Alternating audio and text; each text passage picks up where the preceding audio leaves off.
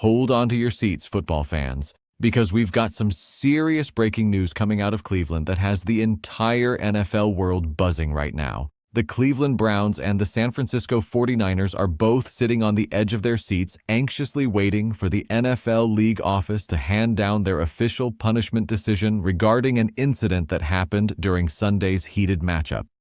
And at the center of this controversy, none other than rookie quarterback sensation Jeudy Sanders and his offensive tackle Cam Robinson, who might be facing a hefty financial penalty for what he did trying to protect his young signal caller.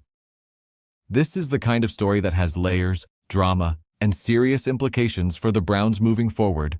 So let's dive deep into what happened, why it matters, and what could be coming down the pipeline from the NFL's discipline department. Sunday's game between the Cleveland Browns and the San Francisco 49ers was supposed to be a statement opportunity for Jeudy Sanders in just his second career start in the National Football League. The former Colorado Buffaloes star, son of the legendary coach prime Deion Sanders, has been turning heads since he arrived in Cleveland, and fans were eager to see how he'd perform against a tough 49ers defense that's known for making young quarterbacks' lives absolutely miserable. Well, the game didn't go according to plan for the Browns, as they fell to San Francisco by a score of 26-8. But here's the thing that's got everyone talking. Jeudy Sanders actually played pretty darn well despite the loss, and the controversy that emerged from this game has nothing to do with his performance, and everything to do with what happened when his offensive line tried to keep him upright. Let's start with the good news for Browns fans and Jeudy Sanders supporters. In just his third NFL appearance overall and second start, Sanders put together another eye-opening performance that has people genuinely excited about what this kid can become in this league. The numbers tell a compelling story. Sanders completed 16 of 25 passes for 140 yards, threw 1 touchdown, and most importantly, 0 interceptions. For a rookie quarterback facing a formidable 49ers defense in a hostile environment, those are solid numbers that show poise, decision-making, and the kind of ball security that coaches absolutely love to see from young quarterbacks. Sanders is showing the football world that he belongs at this level, that the hype surrounding him coming out of Colorado wasn't just smoke and mirrors, and that the Browns might have actually found their quarterback of the future. But here's where things get complicated and where the real story begins. While Sanders was putting together a respectable performance with his arm, his offensive line was absolutely struggling to keep defenders away from him. The Browns' offensive line had a nightmare of a game, allowing Sanders to be sacked 3 times, which is never a good look when you're trying to develop a rookie quarterback and keep his confidence high.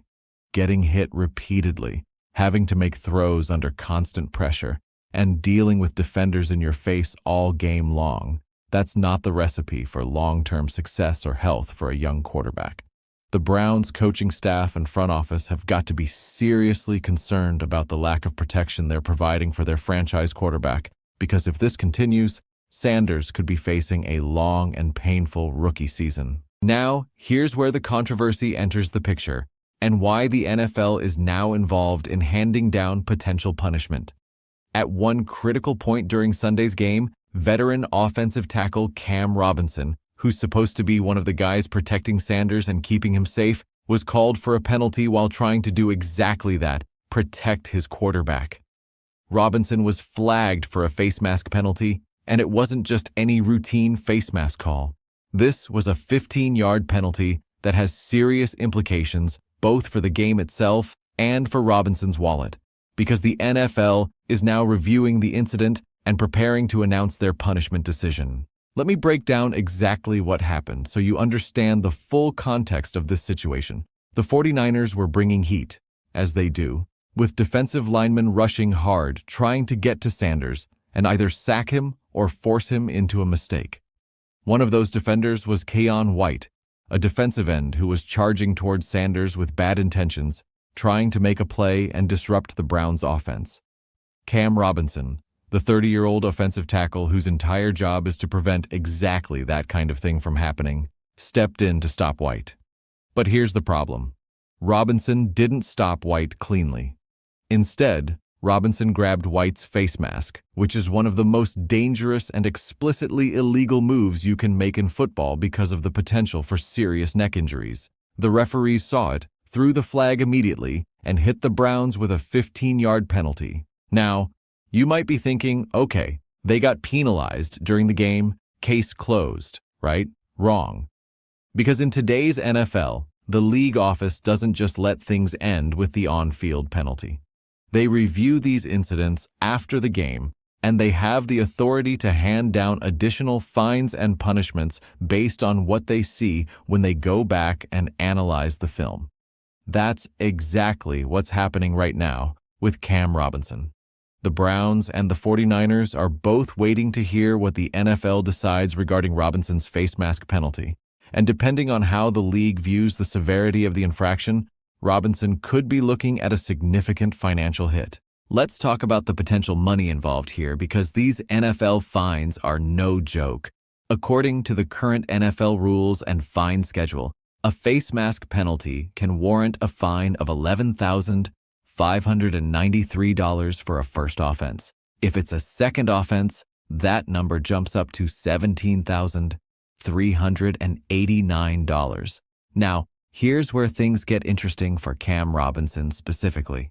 This isn't his first rodeo when it comes to getting fined by the NFL.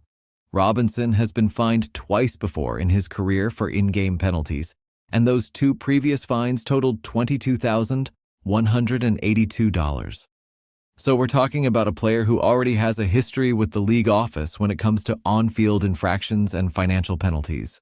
Given Robinson's history, the NFL could decide to go harder on him with this latest face mask penalty. They might view it as part of a pattern of behavior, as evidence that Robinson hasn't learned his lesson from previous fines, and as justification for hitting him with the higher second offense fine rather than the first offense amount. Or they could look at the context, recognize that Robinson was trying to protect his rookie quarterback in a high-pressure situation, and go with a more lenient punishment. Either way, Robinson is almost certainly going to be paying something to the league when this decision comes down. The timing of when the face mask happened is also significant to the story. This penalty occurred late in the game, with just 38 seconds remaining in the third quarter. The Browns were already struggling, already down by a significant margin, and this 15-yard penalty absolutely killed whatever momentum they might have been trying to build. The 49ers, showing the kind of smart football IQ you'd expect from a well-coached team, declined the penalty because it was fourth down. By declining it, they forced the Browns to punt the ball away, which was a better outcome for San Francisco than accepting the penalty and giving Cleveland a new set of downs. So not only did Robinson's face mask not help protect Sanders or help the Browns' offense, it actually put the team in an even worse position because it gave the 49ers the option to decline and force a punt. But let's step back and look at the bigger picture of what was happening to Shedeur Sanders during this game, because the face mask penalty is just one piece of a larger, more concerning story. Sanders was getting absolutely battered out there. 3 sacks is bad enough, but when you watch the film and see how many other times he was hit, pressured, or forced to scramble because his offensive line couldn't hold up, it paints an even grimmer picture. This is a rookie quarterback who needs time to develop, who needs to build confidence, who needs to be able to stand in the pocket and go through his progressions without fearing for his life on every single snap. Instead, he's getting crushed, and his offensive line is resorting to desperate, illegal measures like face mask grabs just to try to slow down pass rushers. The situation got so bad that Sanders was actually forced to exit the game in the fourth quarter due to a suspected ankle injury. Can you imagine? Your rookie quarterback, the guy you're building your entire franchise around, has to leave the game because he's taking too many hits.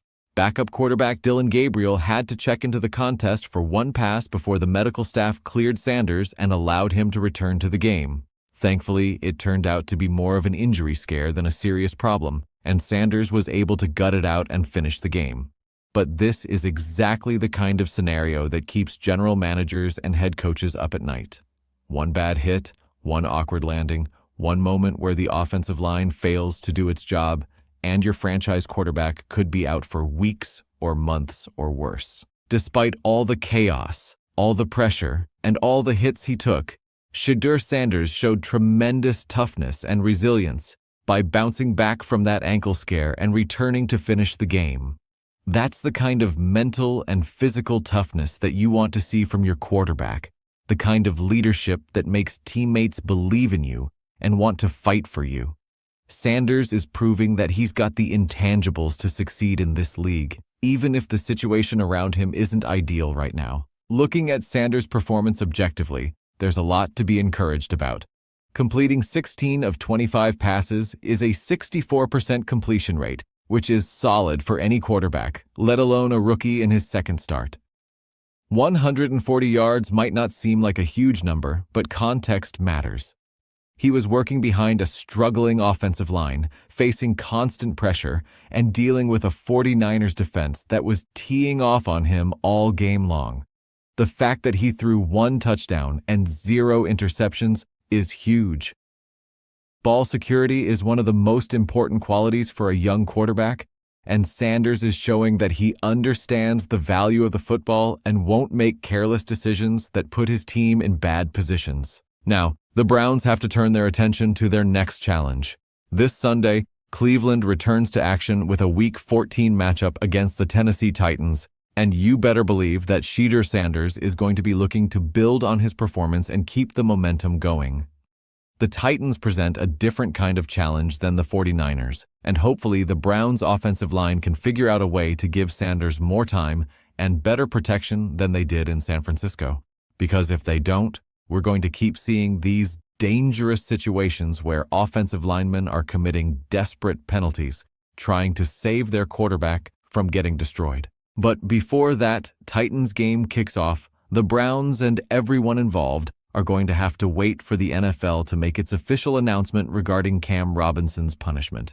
The league has a process for these things, and they'll release their decision via the weekly game day accountability report, which is where they announce all the fines, suspensions, and other disciplinary actions taken against players for the previous week's games. That report typically comes out a few days after the games, so we should be hearing soon exactly what Robinson is going to have to pay for that face mask penalty. The question that everyone's asking now is, what's the right punishment here? On one hand, face mask penalties are serious business. Grabbing someone's face mask can cause severe neck injuries. It's explicitly against the rules, and the NFL has to send a message that this kind of play won't be tolerated. On the other hand, Robinson was clearly trying to protect his quarterback in a moment of desperation. He wasn't being malicious or trying to hurt anyone. He made a split-second decision to do whatever it took to stop a defender from potentially injuring his rookie quarterback. Does that context matter? Should it factor into the league's decision? From a purely objective standpoint, the NFL is probably going to fine Robinson regardless of the context. The league has established fine amounts for these infractions, and they generally stick to them pretty consistently. What might vary is whether they hit him with the first offense or second offense amount. Given that Robinson has been fined before, there's a real possibility that the NFL views this as part of a pattern and goes with the higher fine. That would mean Robinson could be looking at paying $17,389 for this one play. That's a significant chunk of money, even for an NFL player making millions per year. But here's another angle to consider: the optics of the NFL fining a player for trying to protect his quarterback. In an era where the league constantly talks about player safety, where they've implemented rules specifically designed to protect quarterbacks from dangerous hits, how does it look when they fine an offensive lineman who was trying to prevent his quarterback from getting hammered? Yes, Robinson used an illegal technique, but his intention was to protect Sanders. That's going to be a tough sell for the NFL to justify to fans and players who might see this as the league punishing someone for doing their job, even if they did it the wrong way. The reality is that offensive linemen are put in impossible situations sometimes. They're facing elite pass rushers who are faster, stronger, and more athletic than ever before.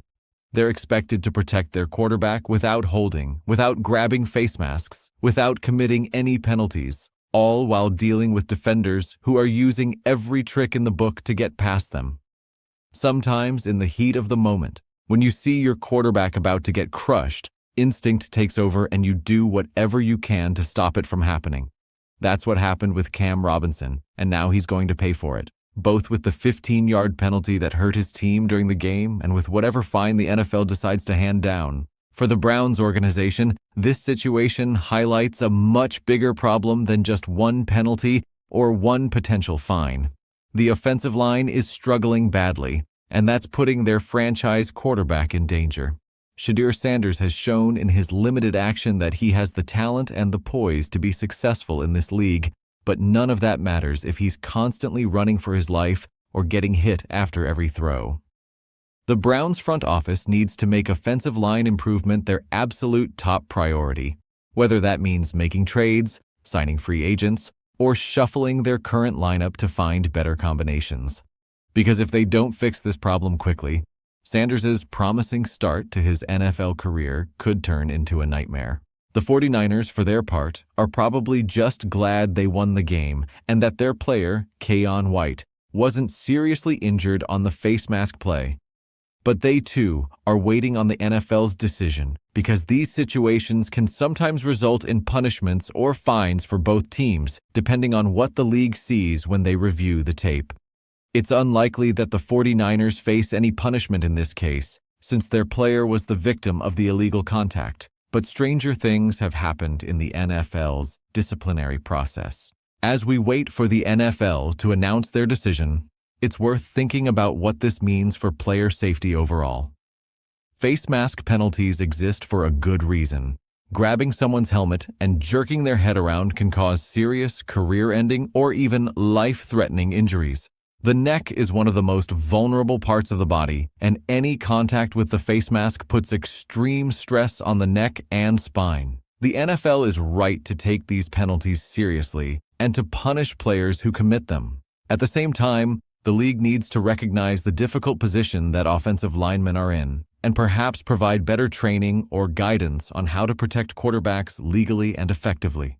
Looking ahead to the Browns' matchup with the Titans, all eyes will be on how the offensive line performs and whether they can keep Jeudy Sanders clean.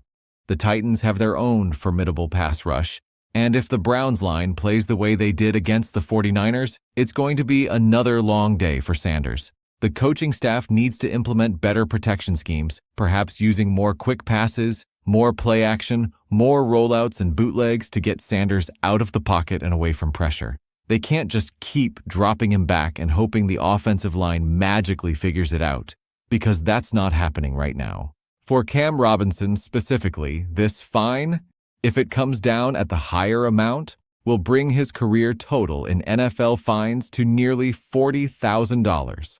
That's a substantial amount of money to have paid to the league office for on-field infractions. At some point, Robinson has to figure out how to play within the rules more consistently, because these fines add up and they also reflect poorly on his reputation around the league. Teams notice when a player is constantly getting flagged and fined, and it can affect contract negotiations and future opportunities. The broader lesson here is about the fine line that NFL players walk every single snap of every single game. They're playing a violent physical sport at the highest level, dealing with split-second decisions in high-pressure situations, and trying to do their jobs without crossing the line into illegal territory. Sometimes they succeed, and sometimes they don't. When they don't, they pay the price both on the field with penalties and after the game with fines from the league office. It's a tough business, and situations like what happened with Cam Robinson remind us just how difficult it is to play offensive line in the modern NFL. So what's the final word on all of this? Cam Robinson is almost certainly going to be fined by the NFL for that face mask penalty. The only question is how much. The Browns are going to have to figure out their offensive line problems quickly if they want to keep Jeudy Sanders healthy and developing properly. And Sanders himself continues to show that he's got the talent and toughness to succeed in this league if the team can put the right pieces around him. This story is far from over. And we'll be keeping a close eye on what the NFL announces in their game day accountability report and how the Browns respond moving forward. What do you think about this whole situation?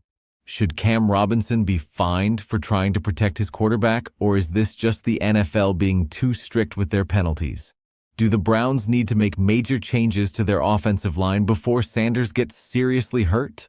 Drop your thoughts in the comments section below, because this is exactly the kind of controversy that gets football fans fired up and debating. If you enjoyed this deep dive into the Cam Robinson face mask situation and what it means for Shedeur Sanders and the Browns, make sure you smash that like button and show some love. Subscribe to the channel and hit that notification bell so you never miss our coverage of the biggest NFL stories, controversies, and breaking news. Share this video with your Browns fan friends who need to know what's happening with their team. And remember, in the NFL, protecting your quarterback is the most important job on the field. But you've got to do it the right way, or you'll be reaching for your checkbook when the league office comes calling. Until next time, we'll keep you updated on all the latest from Cleveland and around the NFL.